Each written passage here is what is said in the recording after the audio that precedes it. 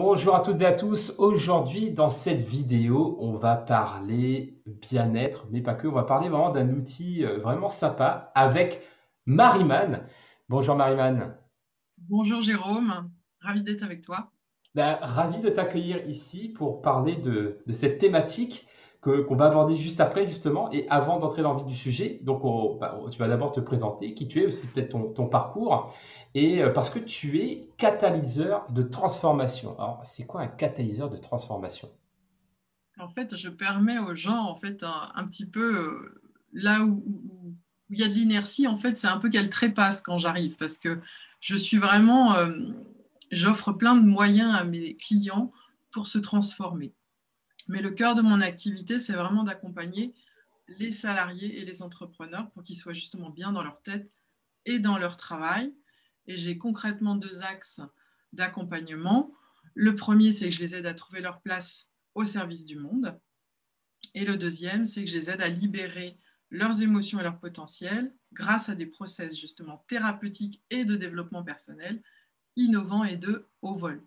Donc j'ai une double expertise en thérapie et la reconversion professionnelle en quête de sens. Et j'aime bien dire que je suis un peu un couteau suisse. D'ailleurs, je suis originaire de Haute-Savoie, donc c'est pas très loin. Et j'offre pas mal d'outils en fait de transformation à mes clients. Et j'aime bien offrir justement une approche multidimensionnelle et très holistique. Je travaille notamment donc, pour le vécu, le biographique, tout ce qui est émotionnel, traumatique dans la vie des personnes.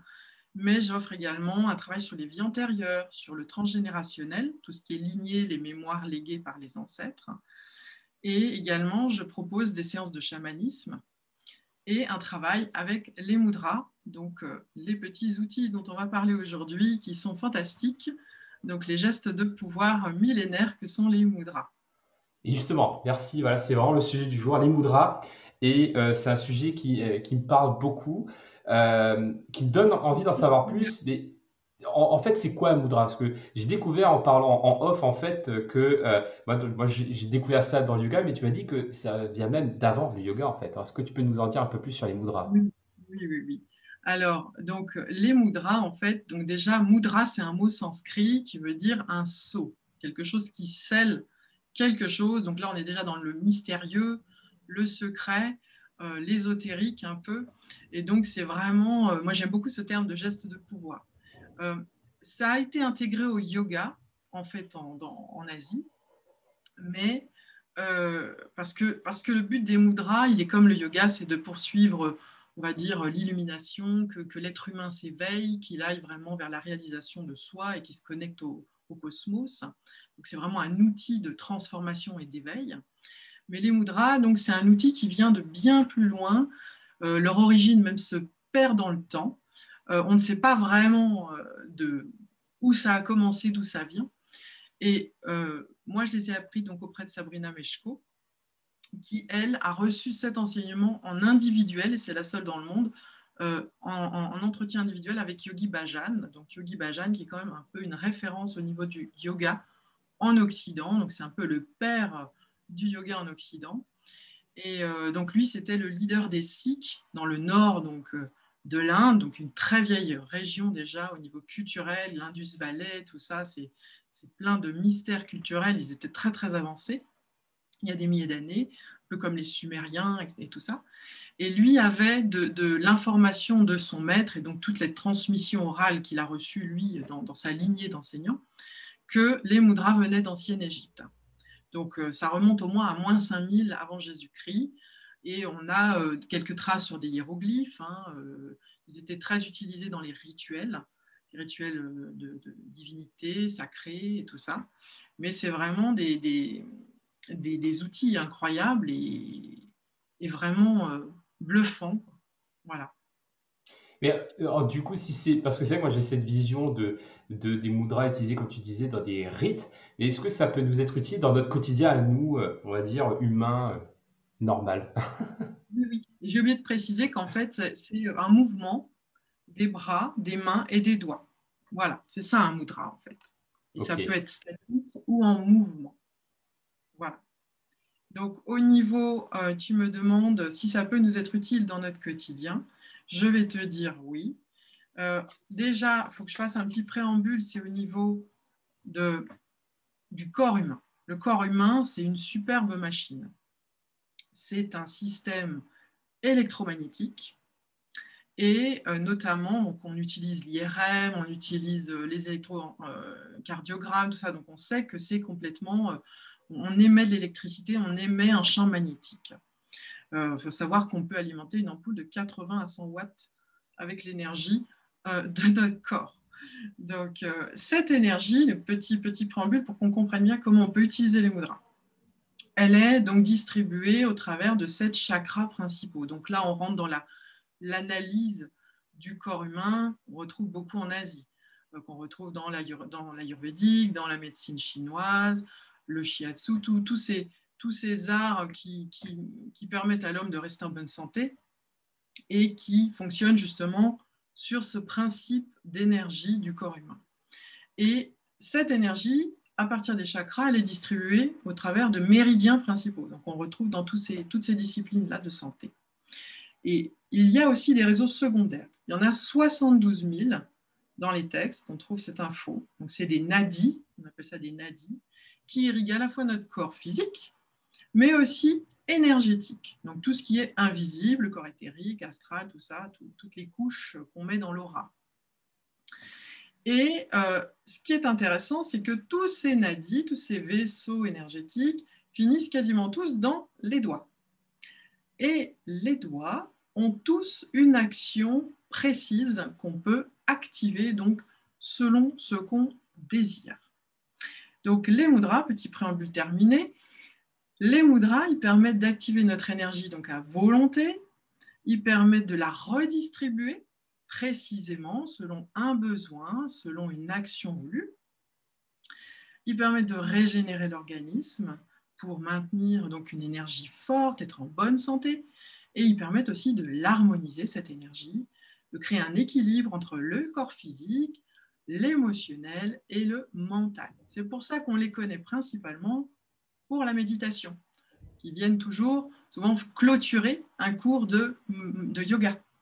Donc, ils sont principalement connus comme ça, mais les gens ignorent complètement, on va dire, l'usage qu'on peut en faire simplement en faisant des mudras. Et souvent, c'est intégré au yoga.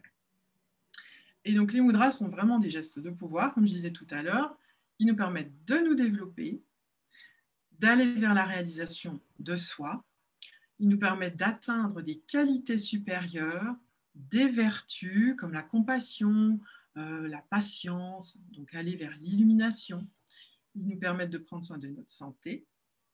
Et par rapport au monde actuel qui est quand même très, très malade, on va dire, de la déconnexion à la nature et tout ça, ils nous permettent justement de nous reconnecter au monde, au cosmos, à la terre, au ciel, voilà, d'être dans le moment présent. Ce sont des gestes précis, puissants, efficaces et surtout, on est complètement autonome quand on fait des mudras. Alors, ils se font en général en quelques minutes, en général 3 minutes par mudra. Et il y a des mudras un peu plus, on peut plus, je sais pas, faire 10 minutes, 20 minutes si on veut. Mais en général, c'est 3 minutes. Et donc, ils sont très faciles à intégrer pour cette raison dans notre routine quotidienne de santé, de méditation ou de développement personnel. Dernier point, ils sont utiles au quotidien parce qu'ils travaillent la respiration. Aujourd'hui, surtout en Occident, on respire très mal. On est très stressé. Donc, on respire en haut, on est en claviculaire, en poitrine, tout ça. On est tout le temps un peu flippé de la vie et sous pression. Donc, on s'oxygène très mal. Comme ils offrent un travail de respiration qu'on retrouve en yoga, justement, respiration abdominale, profond, lent. Donc, du coup, on est dans le corps, on descend son stress et ça permet donc d'améliorer notre santé, de retrouver de l'énergie, de se calmer. Et autrement, on peut aussi activer l'énergie puisqu'il y a 2 types, donc c'est lent et profond. Et la deuxième respiration, c'est la respiration de feu qu'on connaît en yoga. Donc c'est la même, mais beaucoup plus rapide, un peu comme une locomotive, où on va respirer vraiment voilà, très très vite. Et on respire toujours par le nez en mudra. Voilà pour répondre à ta question sur ce qu'un mudra peut nous apporter au quotidien. Wow, super. Et du coup, est-ce que tu as un exemple notamment? J'ai créé un groupe sur libérer la charge mentale, donc tout ce que cela peut générer en termes de stress, d'épuisement, de fatigue, de charge émotionnelle, etc. Et est-ce que tu aurais un exemple de mudra qu'on pourrait tester, par exemple, si ça prend 3 minutes, pour libérer la charge mentale?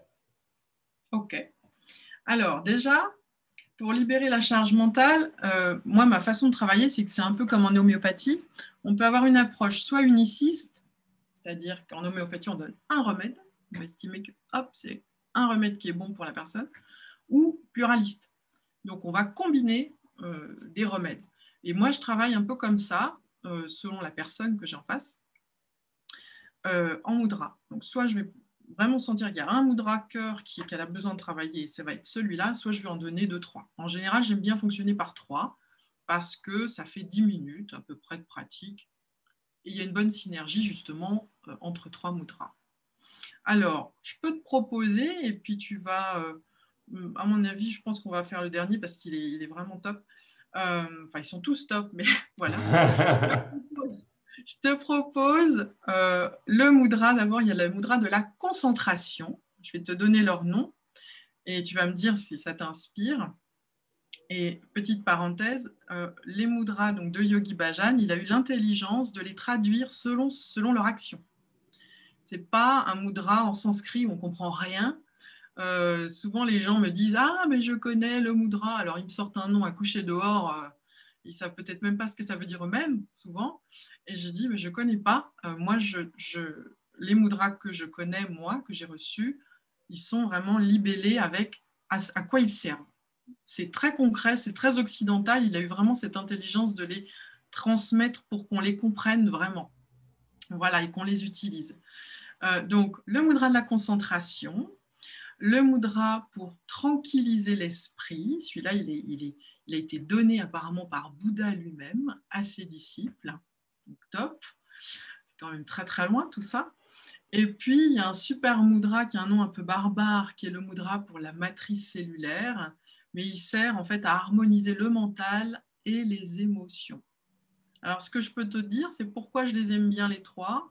C'est que la concentration, souvent par rapport à la charge mentale, moi, je ressens les choses beaucoup en termes d'énergie. Donc, quand on est en surcharge mentale, on est dispersé, on va dire, sur le plan horizontal, terrestre, humain, organisationnel. Il faut que j'aille chercher les enfants, il faut que je répare ma voiture, il faut que j'appelle le dentiste, je ne sais pas quoi, enfin voilà, le travail et tout ça.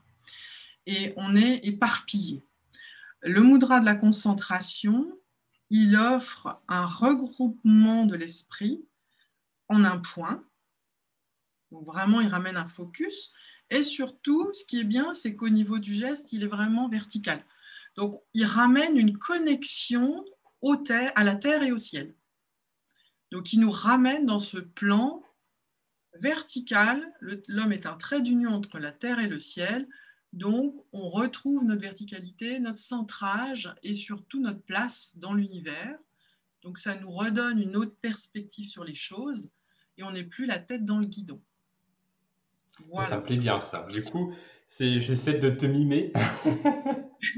Donc, en fait, celui-là, je vais te montrer comment se font les 3, comme ça va être sympa. Donc, le premier, tu le mets avec l'index comme un petit escargot au creux du pouce.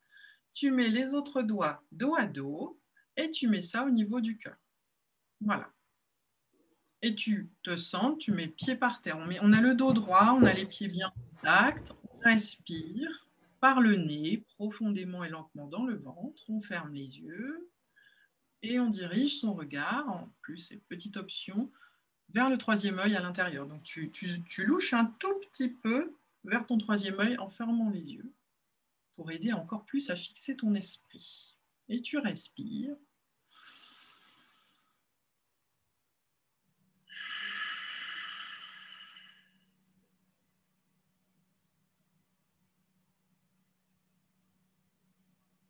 Prends conscience de ta posture.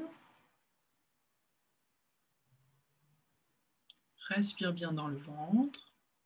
profondément. Et tu expires par le nez.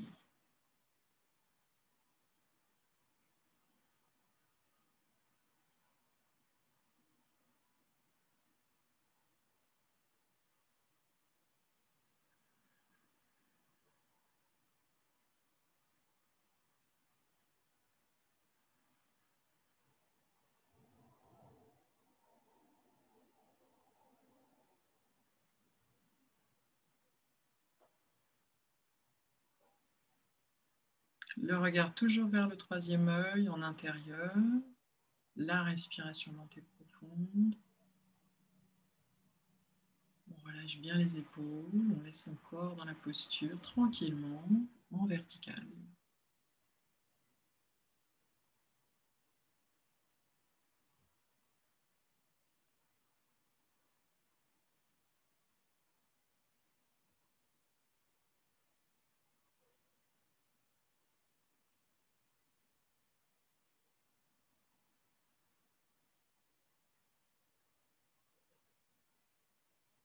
Alors encore un petit peu. Ça fera presque 3 minutes, je pense. Je n'ai pas regardé tout à fait l'heure à laquelle tu as commencé.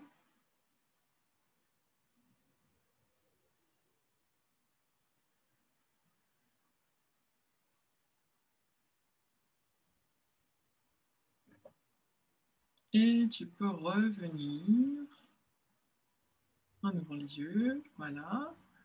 Première expérience. Mudra de la concentration. J'ai l'impression que ça marche. Et ouais, c'est marrant ça. C'était.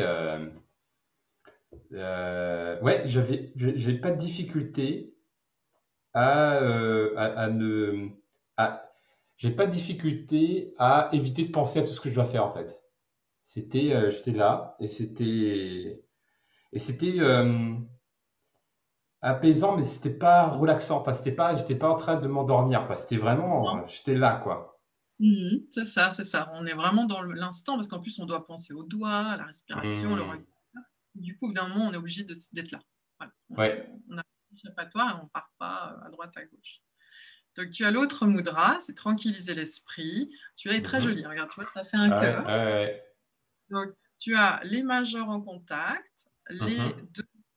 les index au niveau de la deuxième phalange, dos à dos. Voilà, super. Les pouces sont les uns contre les autres.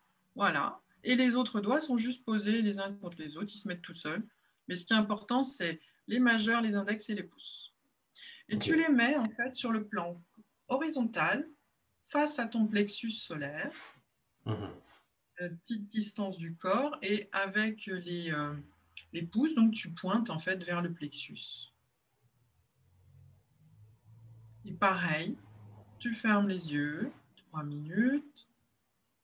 Tu respires toujours par le nez, expiration par le nez, les yeux vers le troisième œil et de la respiration dans le ventre, profond et lent.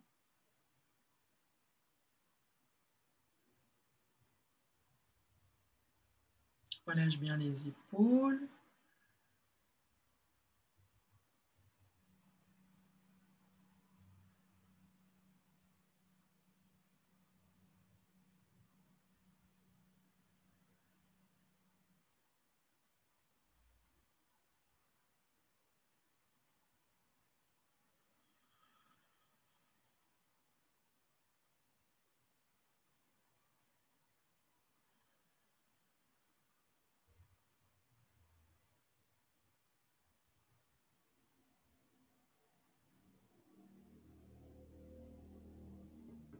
Regarde toujours dirigé vers le troisième œil. La respiration lente et profonde dans le ventre.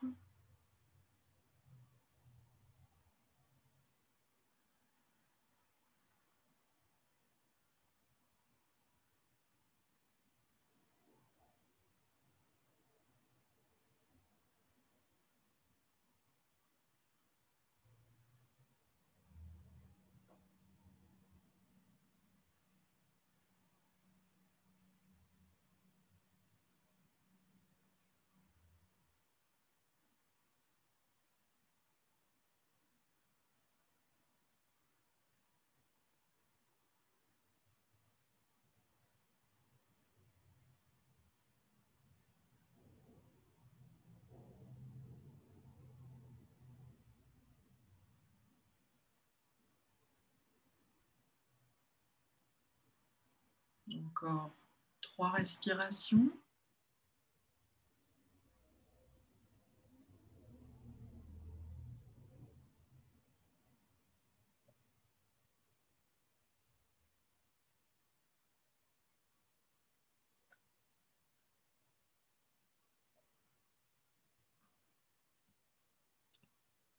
Et tu reviens. Alors, premières impressions sur ce mudra pour tranquilliser l'esprit, donné par Bouddha. Ah oui, c'est celui-là qui est donné par Bouddha. Waouh. Euh, bien, bien agréable, très agréable. Oui. Et la Euh, différence par rapport à celui d'avant, tiens, c'est intéressant. ouais, j'ai l'impression d'être plus calme. Mhm. Alors que tout à l'heure, j'ai l'impression d'être au taquet. Ah, c'est trop marrant, j'ai une sorte de lumière bizarre. Il y a le soleil qui est Oui. aligné là. Mais du coup, ouais, c'est super agréable. Donc, merci. Ouais, bien. Donc celui-là, il est plutôt... Oui, vas-y, tu voulais dire quelque chose? J'ai l'impression que ma respiration s'est ralentie naturellement, en fait, comme si tout s'est ralenti naturellement. Mhm, mhm, mhm. Et en Hmm. fait, la différence, c'est celui-là, tu vois, voilà, comme tu dis, tu es au taquet et puis vraiment, tu es là, tu es présent et tu es focus. Et celui-là, il est différent dans le sens que, comme son nom l'indique, il tranquillise l'esprit. C'est comme si, tu vois, les doigts là, ils font comme un laser, en fait, ils évacuent. Je le vois comme Hmm. ils Mhm. évacuent le trop plein d'activité mentale et donc d'émotions, tout ça lié. Et du coup, ils vident le truc, en fait. Et c'est pour ça que Mhm. ça descend et que du coup, on retrouve un esprit beaucoup plus calme. Et le dernier, Mhm. c'est donc pour harmoniser le mental et les émotions. Alors, dans un sens ou dans l'autre. Hein. Si ah oui, tu es vraiment baigné Ah oui, de là, lumière, là, j'ai, là, j'ai vraiment le soleil en plein, quoi. Donc, Bouddha est avec nous. Donc, donc tu as, en fait, en mudra, et enfin en yoga, je pense aussi, mais c'est le corps est latéralisé. Donc, le côté gauche, c'est le féminin, et donc plutôt polarisé négatif. Le côté droit, le masculin, positif. Euh, Ici, en fait, on va faire un peu comme une pile, plus-moins. C'est-à-dire que on a le chakra du cœur, qui est le domaine des émotions, donc plutôt une sphère féminine en lecture de mudra, donc le yin plutôt. Donc du coup, on va mettre la main droite, qui elle est positive. Donc ça fait plus-moins. Hop. Et on va faire la même chose, mais au niveau du plexus, puisque là, le plexus, c'est plutôt le domaine du mental, de l'ego, et donc plus, et on va mettre la main négative dessus. Voilà, et on groupe les pouces.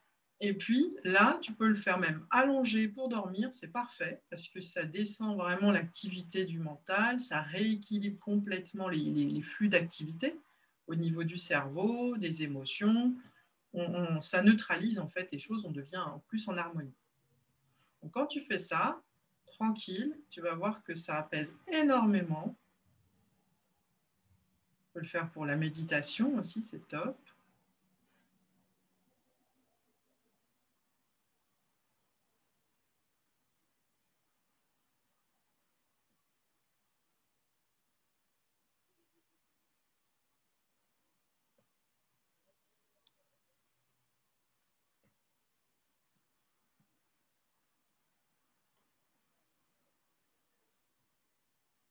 La respiration est bien lente et profonde, toujours dans le ventre.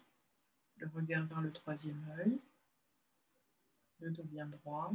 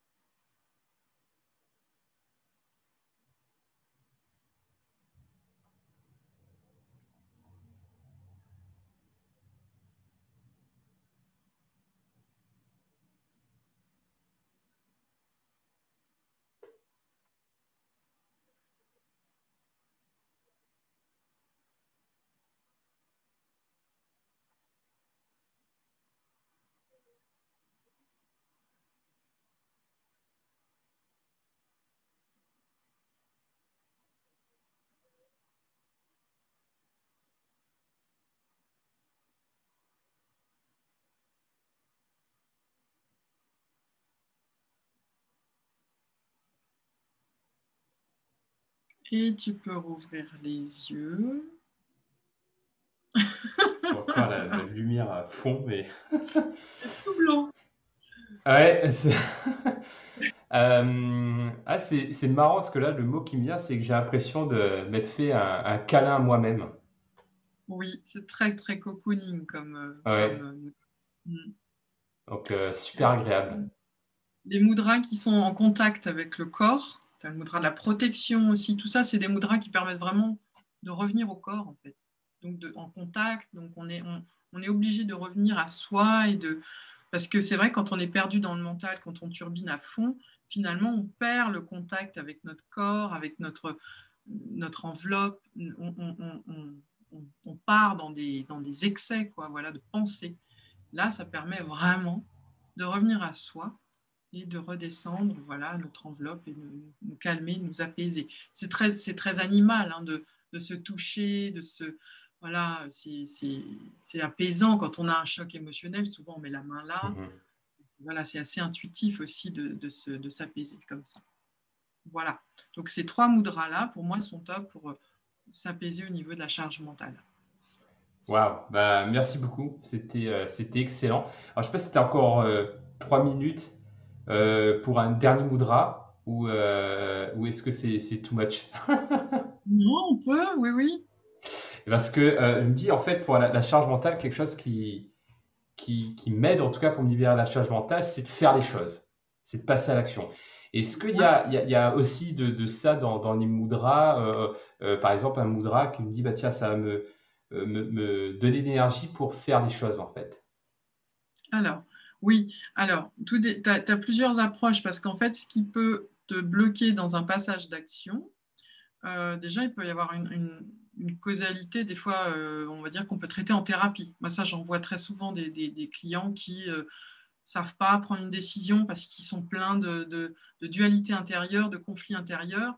Et ça, c'est ce que je fais en thérapie PIT. Souvent, les gens, une fois qu'on a trouvé le conflit source, hop, bah, ça y est, ça débloque. Ils arrivent à trouver une solution finalement sans que ce soit un drame qui les bloque et qui les paralyse entre deux choix impossibles avant.